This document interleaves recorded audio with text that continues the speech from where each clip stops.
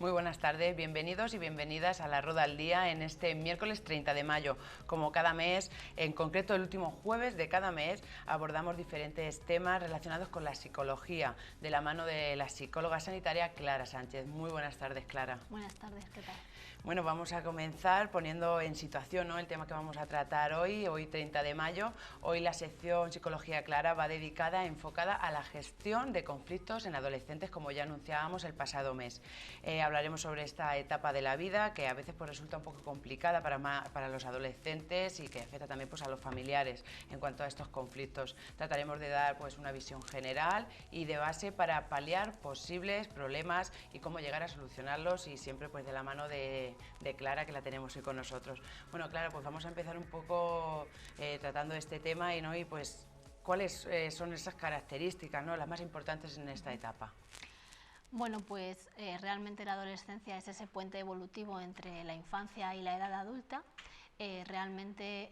Bueno, es una etapa de la vida que realmente es muy especial por sus características cuantitativas, cualitativas. Es muy diferente al resto de etapas de la vida y bueno, pues marca un poco la etapa de la vida adulta.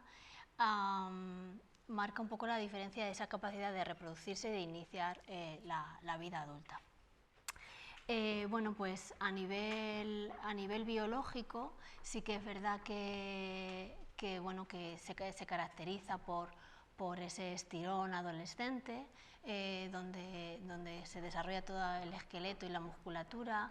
También es verdad que se desarrollan las características sexuales primarias y secundarias, y por último bueno, pues se desarrolla todo el sistema circulatorio y respiratorio que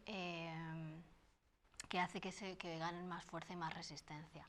Realmente la adolescencia podemos dividirla en dos etapas: la adolescencia temprana, que sería de los 11 a los 14 años, y luego la juventud de los 15 a los 20, ¿vale? Ahí hay muchas diferencias de edad que va a depender, o que van a marcar un poco las diferentes pautas de actuación de cara a los padres.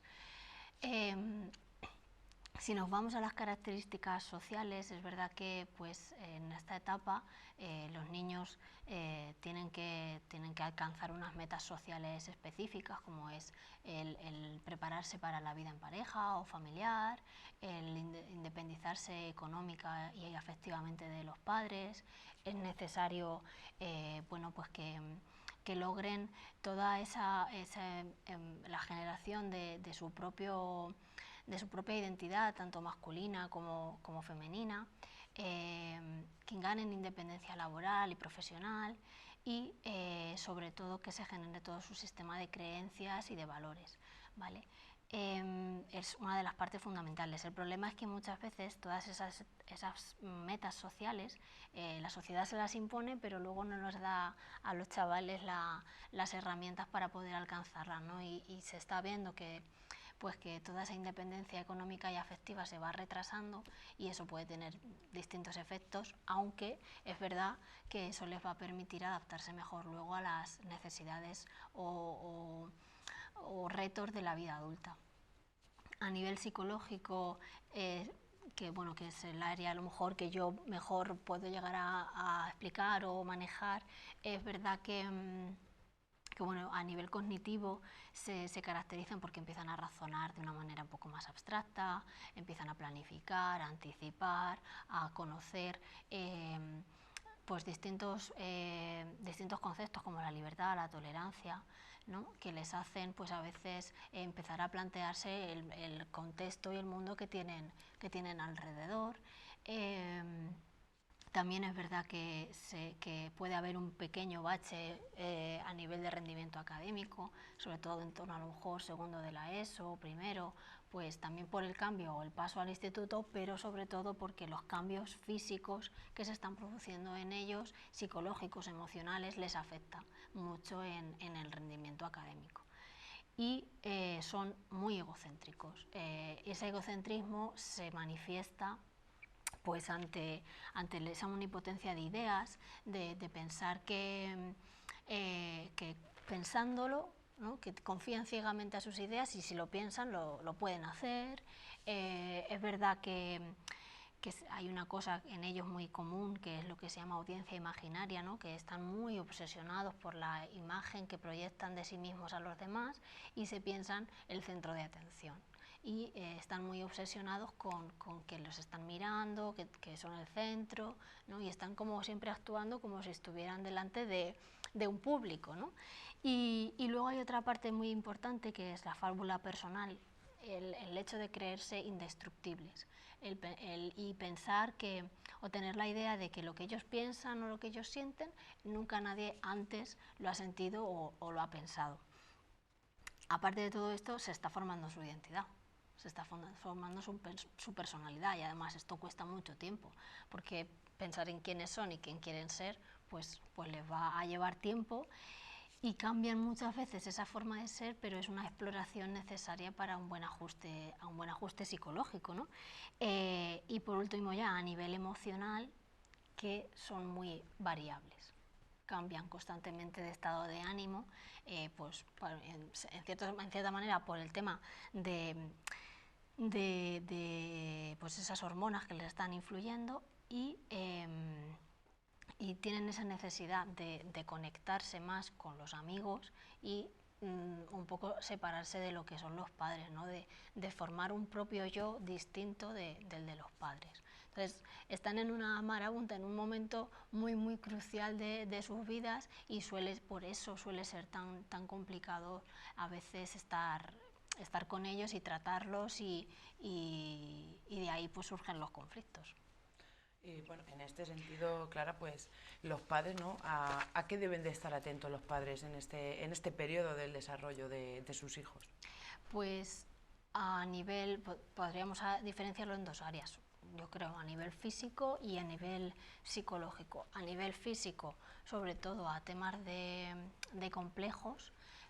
En este momento he dicho anteriormente que a nivel biológico es verdad que se están produciendo muchos cambios, pero estos cambios físicos, esos ritmos en el desarrollo son muy distintos en cada uno de los chavales. Entonces eso puede llegar a provocar que ellos se acomplejen, que vean que otra amiga está más desarrollada, que ellos todavía no.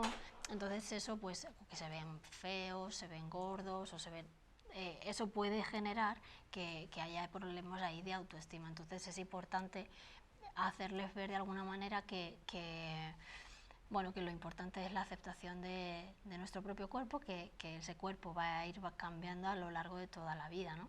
Entonces, por esa parte, a los complejos, a la alimentación, fundamental también, porque de ahí, derivado de esos complejos, puede haber problemas alimentarios, o simplemente que prestan menos atención a esas cosas, comen solamente lo que les gusta. Entonces, pues el poderles fomentar pues hábitos de vida saludables y una dieta equilibrada y saludable. Y luego la higiene. Es verdad que son una bomba de hormonas y desprenden a veces malos olores, que tienes que estar muy pendiente de ellos para que se asen. Y luego, a nivel psicológico, hay que tener dos o tres cosas claras con los adolescentes. Uno, que necesitan que confíes en ellos, quiero decir, ellos ya sienten que son adultos, aunque no lo sean, pero necesitan ese soltar la cuerda por parte de los padres. Quizás no tanto porque siguen necesitando también las normas y los límites, no, esto es un hacer lo que ellos quieran, pero sí que necesitan que se les demuestre que se confía en ellos. O por otro lado, negociar la mayoría de las normas, porque además ellos tienen un sentido muy particular de la justicia, y cualquier cosa que crean que no es justo lo van a rechazar, ¿vale? Luego, el respetar su privacidad también es muy importante, respetar su privacidad porque ya se empiezan a ver mayores. Entonces necesitan que tú les digas que vas a respetar los momentos en que ellos necesitan su intimidad, pero decirles que vas a estar ahí, que vas a estar cuando te necesiten. Y por otra parte, no bromear con sus cambios de humor, porque si no van a pensar que no les tomas en serio. Y ejercer, pues es verdad que ciertas normas y ciertas cosas se negocian, pero al final es verdad que la última palabra pues la tiene el padre o la madre, y que sobre todo todas las acciones que uno lleva a cabo tienen sus consecuencias y cada uno se debe responsabilizar de esas consecuencias. O sea, a nivel así un poco psicológico. Sí, hay que tener en cuenta, ¿no? Pues esos pros y contras, esas normas, ¿no? Que se le establece pues, a un adolescente, a veces pueden ser buenas o malas, ¿no? Exactamente. Bueno, en cuanto a estos conflictos, ¿no? Pues ¿son evitables por parte de los familiares o por qué? Pues no son evitables para nada, son inevitables, forman parte de la vida, ya sea con nuestros hijos, con nuestra pareja, con nuestros amigos, entramos en conflicto con las personas en general. Lo que pasa es que es verdad que muchas veces los vivimos con mucho malestar, ¿no? Porque los valoramos como negativos, como que no tienen que estar, ¿no? Y no son ni buenos ni malos, dependiendo de cómo los interpretemos y de cómo los valoremos, pues podemos verlos como una oportunidad también de crecimiento, ¿no? Los conflictos, la resolución de los conflictos no es de un día para otro, ¿no? Se tienen que entender como un proceso, al igual que la educación, ¿no? Y bueno, si los vemos como esa oportunidad de crecimiento, pues es verdad que hasta incluso si se resuelven positivamente, los lazos familiares disminuyen y posiblemente problemas futuros, si se han resuelto actualmente los que tenemos, pues los que vengan no los vamos a vivir con tanto malestar, ¿no? Porque al final, teniendo unos valores de respeto, de tolerancia, de apertura a la comunicación, pues a eso permite que no vivamos los conflictos como tan amenazantes. Pero bueno, son inevitables porque pasan los hijos con los padres 24 horas al día, 365 días al año, entonces no se pueden evitar. Sí, a veces también pues dejar, ¿no? que ese adolescente pues se equivoque y, ¿no? Como se dice, que tenga que tropezar con esa piedra para aprender de los errores. Siempre hay que dejar ese margen, ¿no? Sí, para que ellos aprendan por sí sí, mismos. porque el problema es que muchos padres tienen ese miedo a que los hijos se equivoquen. Entonces, por evitar que se equivoquen, por evitar que tengan que les vaya mal o que tropiecen, pues estamos ahí pendientes para que eso no suceda, pero es que es un proceso necesario y muchas veces parte más del propio miedo por parte de los padres. Bueno, en cuanto pues, a estos conflictos, ¿no? Pueden tener también una cuna, ¿no? ¿Por qué suelen surgir? Pues surgen por muchas cosas, pero el origen no es lo mismo que el detonante o el desencadenante.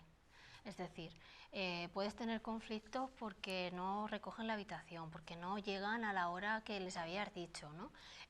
Porque le estás insistiendo en que haga una cosa y no la hace, porque no deja el móvil, porque todo este tipo de cosas, pero es verdad que no, que este es lo que digo, es el detonante, pero el origen de la mayoría de los conflictos es que cada una de esas partes del conflicto, en este caso los padres y los hijos, están interpretando o viviendo la realidad de una manera muy distinta y las necesidades de cada uno de ellos son diferentes. Entonces, cuando entramos en conflicto con alguien, lo que se produce es que yo me creo en yo si fuera yo la que estuviera en conflicto con otra persona, me creo en la posesión de la verdad, ¿no? En que yo estoy en el punto justo, ¿no? Y desde la posición correcta, y interpreto que la otra parte es la que no quiere resolver el conflicto, la que es intransigente y la que no permite la resolución, ¿no? Ese es el origen. Obviamente un adolescente con 12 o 13 años o 14 en lo que menos está pensando, porque sus necesidades son otras, sus deseos son otros, es en recoger una habitación. Lo que pasa es que las necesidades del padre o la madre pues son muy diferentes. Ese es el origen. Y luego pues influyen expectativas, creencias, la propia educación de los padres previos por separado, las experiencias también personales de los niños o de los adolescentes. Eso hace que los conflictos no sean estáticos, sino que se vayan moviendo. Y bueno, pues sobre todo que el origen, lo que digo, el origen de la mayoría de los problemas suele ser que cada uno de nosotros quiere satisfacer sus propias necesidades y sus propios deseos, porque eso de alguna manera protege nuestro autoconcepto, protege nuestra autoestima y eso es lo que impide que, como yo quiero satisfacer mis necesidades, no escucho las tuyas. y de ahí pues surge todo lo demás. Buscamos como una única razón, la nuestra. La nuestra, efectivamente, exactamente. Bueno, en cuanto a bases, ¿no? Porque bases para una adecuada relación familiar y que se puedan prevenir, ¿no? En el momento pues, que aparezcan ciertos conflictos de estos adolescentes. ¿Esas bases cuáles serían, Clara? Pues así como puntos esenciales, el pensar que no hay una única forma correcta de educar, que la educación se tiene que entender más como un proceso, un repetir, el ver, no nos está funcionando esta estrategia, tengo que volver hacia atrás, tengo que poner otra solución, ¿no? Que no hay una única forma de hacer las cosas bien y que no es necesario o tener hijos perfectos y ser padres también perfectos. Otra de las bases sería que sí que es verdad que en la medida de lo posible la pareja siempre debe de estar en acuerdos, llegar a acuerdos con respecto a la educación de los hijos, el generar un ambiente familiar seguro, de confianza, donde los niños y los adolescentes puedan hablar sin sentirse juzgados o criticados, y fundamental también en la adolescencia el practicar con el ejemplo. El que no puede ser, no les puedes estar diciendo fumar es malo cuando a lo mejor te están viendo que te vas con los amigos y estás tomando una cerveza por ahí y fumas, ¿no? Por ejemplo.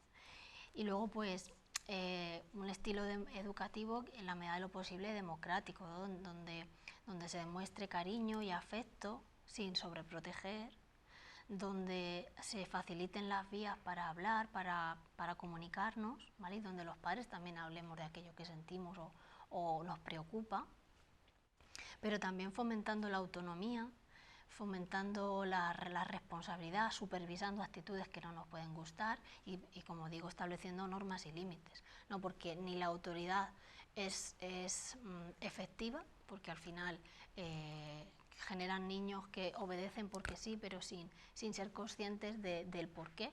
Y la permisividad hace que pues, hagan lo que quieran, que muchas veces no sepan ellos mismos ponerse límites y que sean impulsivos. Sí, una de las mejores formas podría ser, como nos acabas de decir, pues la práctica con el ejemplo, ¿no? Todos hemos sido jóvenes, todos somos adolescentes en un momento dado de nuestras vidas y también pues predicar con ese ejemplo de, pues a mí me pasó esto, ¿no? En diferente etapa, no quiero que tú cometas ese error, aunque a veces pues hay que dejar que se cometa ese error perfectamente. Y es verdad que los padres muchas veces tienen ese miedo a que los propios errores que no se han sabido gestionar en un momento dado personalmente vuelvan a cometerse o lo cometan los hijos, ¿no? Y bueno, y también es verdad que pues eso, que muchas veces cuando yo he dado este tipo de charlas con los padres, es verdad que te encuentras, es que sí, esto ya lo sabemos, esto ya sabemos cómo es, pero entramos como nos das la charla súper motivados y luego a los 4 días todo vuelve otra vez al punto de inicio.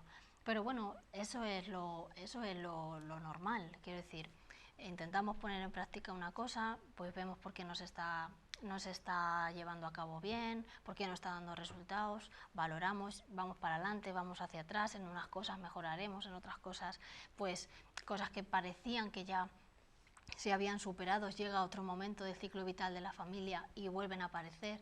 Entonces es un continuo proceso que no termina prácticamente nunca. Eso no termina nunca, pero para dar alguna pauta, ¿no? Pues a esos padres que nos están viendo, pues para tener cómo darles esa educación más positiva a estos adolescentes. Bueno, pues sobre todo teniendo objetivos muy claros de qué es lo que quiero yo para ellos o qué es lo que yo le quiero enseñar o transmitir, ¿no? Porque a lo mejor, obviamente, pues no queremos que ellos pues, fumen, ¿no? En el caso que venimos explicando, no queremos que fumen, pero al mismo tiempo le estamos dando otras alternativas distintas a esa. Estamos generando hábitos de vida sanos, que hagan deporte, que se relacionen positivamente, que se alimenten adecuadamente, ¿no? Entonces, tener muy claro qué es lo que se les quiere transmitir, intentando enseñarles cosas concretas, ¿no? Por ejemplo, con el tema de recoger la habitación. No, es que tienes que recoger la habitación, ¿vale? Pero ¿qué supone recoger una habitación? Pues bueno, 3 cosas básicas, que es hacer la cama, meter la ropa en el armario y quitar un poco el polvo, ¿vale? Con eso, pero enseñarles exactamente qué cosas o qué 3 cosas queremos de ellos, ¿no? Y darle tiempo a que se automaticen ciertas tareas, porque al principio ni te van a hacer caso, ni seguramente lo hagan bien. Pero siempre intentando valorar el esfuerzo, ¿no? Porque muchas veces las mamás y los papás tienes que hacer la cama y tienes que recoger la ropa. Y haces la cama, pero deja la arruga, o no lo hace del todo bien, o ves que echa solamente las sábanas y ya está, o hace un buruño con la ropa y lo mete en el armario. Bueno, pero ya ha dado el paso. Aunque no nos guste, ya lo ha hecho.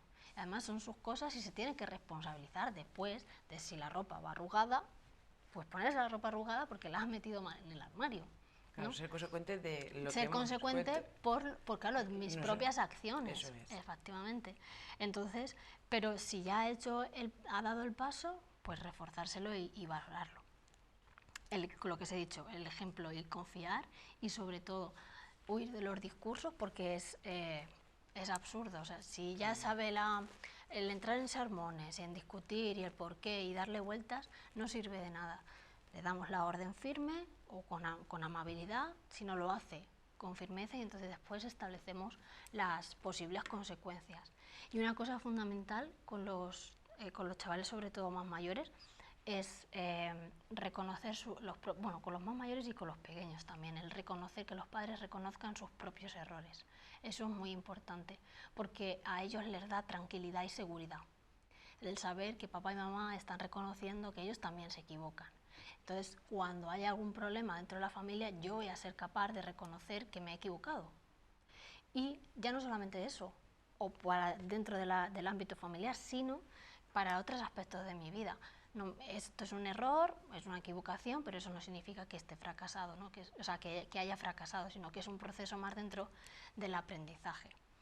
Cosas que no se deben hacer, pues el ser, como os he dicho, muy permisivo o muy autoritario, el ceder después de decir no, tener muy claro si les vamos a poner un no y les vamos a prohibir algo, hacerlo y cumplir con las consecuencias, porque eso, si no, esa incertidumbre de ahora me comporto de una manera y hay una consecuencia, ahora me comporto de esa misma manera y hay otra consecuencia distinta, eso les produce mucho malestar y al final te van midiendo. Bueno, como hoy me dice una cosa, mañana me dice otra, pues hago un poco lo que quiero.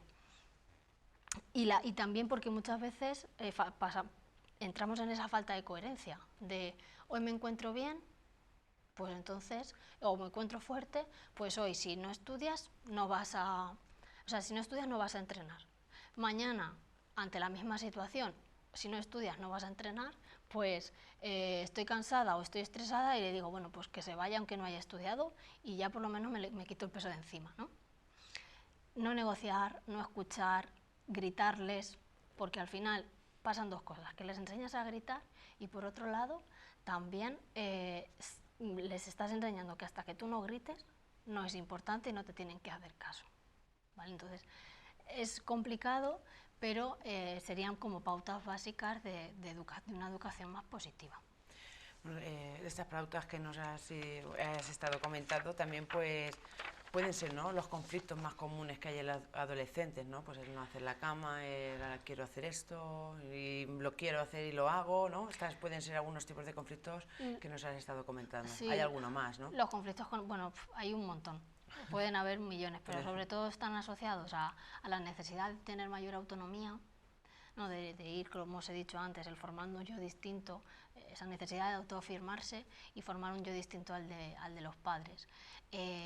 Eso por ahí, pues consumos de drogas y demás, trastornos pues, del tipo alimentario, el no obedecer órdenes, todo este tipo de cosas, ¿no? Suelen ser las más comunes.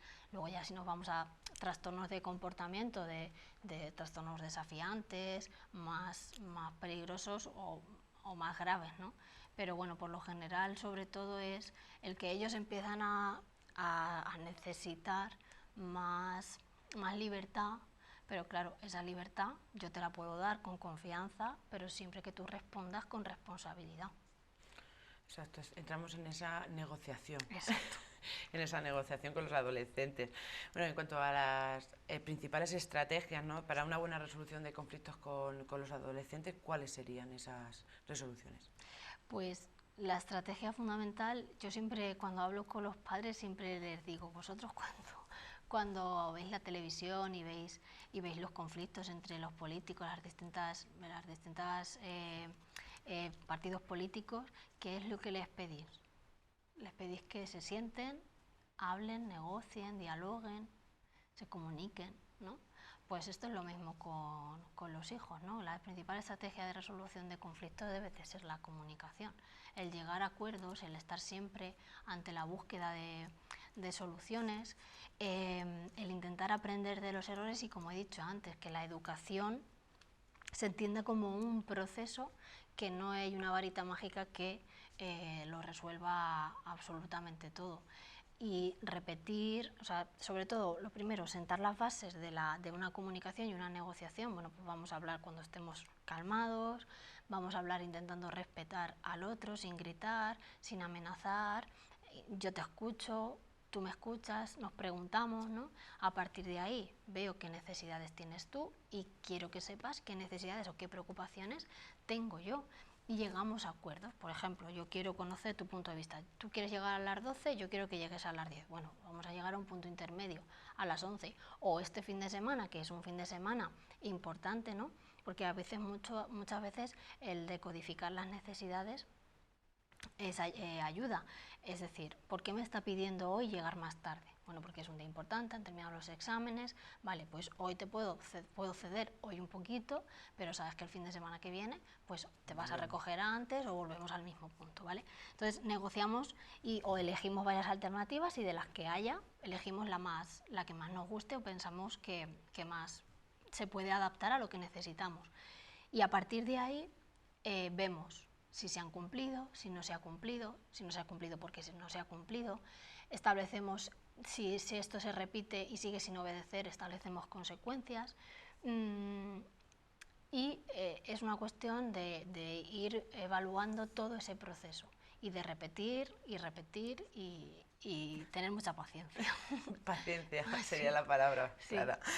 Bueno, en cuanto a esta comunicación, ¿no?, pues, ¿cuáles pueden ser esas reglas para tener, pues, una comunicación, sobre todo eficaz, con estos adolescentes, o, ¿no?, pues que mejore esa comunicación y cómo hacer que esa comunicación, pues, no entorpezca, claro, para que no se varíe esa negociación con los adolescentes? Pues así, pautas muy básicas que nos ayuden, pues o sea, lo que es la base tiene que ser estableciendo rutinas comunicativas mínimas de saludo al entrar y al salir, el genero espacios de comunicación dentro de, pues, por ejemplo, las horas de la comida o de la cena, sin tele, sin móvil, ¿vale?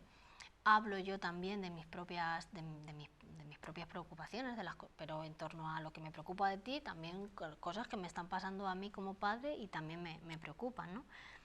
Generando ese clima familiar, como os he dicho antes, de confianza y de afecto, ¿no? De que puedo hablar, puedo expresar mis ideas, mis opiniones, mis miedos y no me van a juzgar o no me van a ridiculizar, ¿no? Aparte el saber escuchar, el evitar lo que he dicho antes, los sermones, no ayuda pues ni dar lecciones, la propia impaciencia muchas veces de los padres por querer incidir en la vida de los hijos y quererlo saber todo ya, el estar hablando constantemente de las cosas malas, de las malas notas, del mal rendimiento, de qué haces por ahí, es que ¿no? Todas ese tipo de cosas y pues y escuchar desde la crítica o desde, o sea, escuchar no, criticar sin escuchar, ¿vale? Entonces, por ejemplo, cosas que faciliten la comunicación. Facilitar la comunicación, por ejemplo, lo que digo, elegir un lugar y un momento oportuno, en un estado emocional de calma, con poco estrés o con poco cansancio o cuando no estamos enfadados, porque muchas veces lo que nos sucede es que estamos enfadados y lo queremos resolver en ese momento ya todo. Y obviamente influye también, por ejemplo, o ayuda a hacer preguntas abiertas, ¿cómo estás? ¿Cómo te encuentras? ¿En qué te puedo ayudar? O pedir opinión, que me gustaría saber qué es lo que opinas tú de esto o qué se te ocurre a ti. Hablar también desde cómo yo me siento cuando discutimos, por ejemplo, pues cuando te digo que recojas tu habitación y no lo haces, pues siento que me frustro, me enfado y eso hace que se deteriore nuestra relación y me preocupa, ¿no? El de sustituir el ser por el estar, eres un vago frente a no has recogido la habitación en todo el fin de semana, o describir hechos muy concretos, ¿no? Pues veo que en los últimos 4 fines de semana te has levantado a las 2 de la tarde, ¿no? No decir es que siempre te levantas tarde. Bueno, vamos a ver cuánto tiempo lo lleva haciendo esto, ¿no?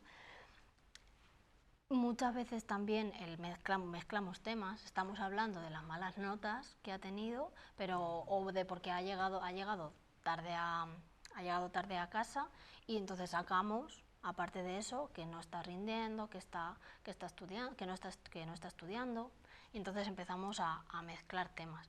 Y no ayuda, pues objetivos o normas contradictorias, amenazar, los deberías, es que tú lo que deberías hacer es obedecerme y ya está, o los adivinar lo que va a decir el otro, es que yo ya sé que me vas a decir, o sea, no vengas que ya sé que me vas a decir que soy una pesada y que siempre estoy igual, ¿no?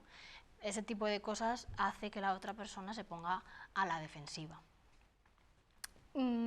Etiquetar, generalizar, todo este tipo de cosas son las que pueden hacer que se entorpezca la comunicación. Claro, en cuanto a esa comunicación también, pues podemos... La palabra miedo, ¿no?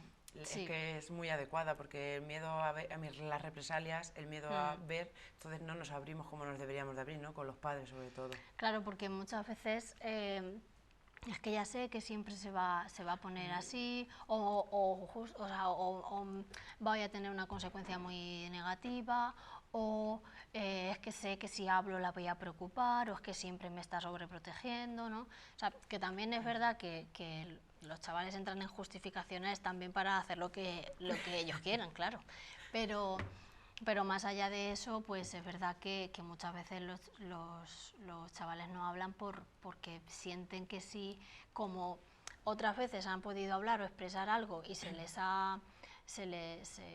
no se les ha tenido en cuenta, o les ha dicho es que eso es una tontería, pues no hablan, ¿no? Por miedo un poco a qué me van a decir. Bueno, este es un tema, Clara, súper amplio, Sí. un abanico enorme que podríamos estar aquí como cada programa, porque Sí. es verdad que estos temas dan para mucho. Pero antes de cerrar esta entrevista, pues me gustaría lanzarte una última pregunta, ¿no? De cómo debe actuar, ¿no? Pues sobre todo en casos más específicos, como pueden ser los problemas alimenticios, trastornos alimenticios, que hoy en día parece que con estos estereotipos, ¿no? Que se nos marcan, suelen ser muchos, sobre todo en los adolescentes. Bueno, es verdad que son casos más complejos, ya no hablamos de conflictos diarios, no hablamos de cuestiones cotidianas que nos pasan con los hijos y que cuesta en un momento dado tratar, hablamos ya de trastornos graves a nivel mental, emocional y psicológico.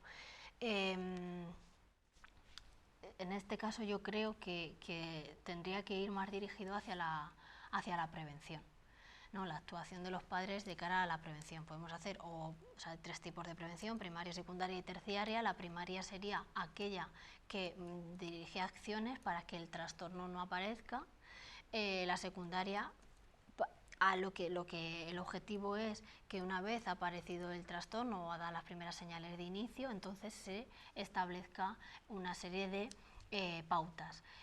A nivel primario o de prevención primaria, pues sí que es muy importante que los chavales, que los padres desarrollen en los hijos esa actitud crítica frente a los estereotipos de belleza, ¿no? De delgadez como éxito, como referente de éxito y de triunfo. Y ahí es verdad que ahora mismo los adolescentes son más vulnerables porque están más expuestos al tema de redes sociales, y eso les puede llegar a afectar mucho. Entonces, pero desarrollar esa actitud crítica, estar alerta por si están recibiendo críticas por parte de amigos sobre su imagen corporal, su aspecto físico, y bueno, que intenten trabajar toda la parte de aceptación de su cuerpo, y que pues desarrollen hábitos, sobre todo alimentarios, adecuados. Si nos vamos ya a prevención secundaria, pues estamos viendo señales de que empieza a hacer obsesivamente ejercicio físico, si empieza a dejar de comer, o vemos que come mucho y luego pasa días sin comer. Todas esas señales, o vemos que a lo mejor está realizando conductas compensatorias, como es, por ejemplo, utilizar laxantes, vomitar, ahí, aunque entremos en conflicto y en confrontación con ellos, directamente a un profesional, porque es preferible entrar en confrontación, pero evitar un mal mayor que puede ser ese trastorno, ¿no? Y eso no significa que no sea desde el apoyo, desde el amor incondicional que se siente hacia ellos, ¿no? Entonces, bueno, es un tema ya aparte, pero bueno, para que se tenga claro esas cosas. Unas pautas un poco generales. Bueno, pues Clara, se nos acaba el tiempo. Me lío a hablar. Bueno, este es el último programa de la temporada que vamos a tener con Psicología Clara. Y bueno, nada, pues decirte que ha sido todo un placer que Igualmente. nos acompañes en este ratito cada mes. Y nada, gracias por tanto en cada tema que hemos tratado, y esperemos que a todos los que están en casa pues les haya servido de algo todos los temas que hemos tratado durante estos programas. Muchísimas gracias. A ti. Y nada, ahora les dejamos con Palabras y Salud a continuación. Muchísimas gracias.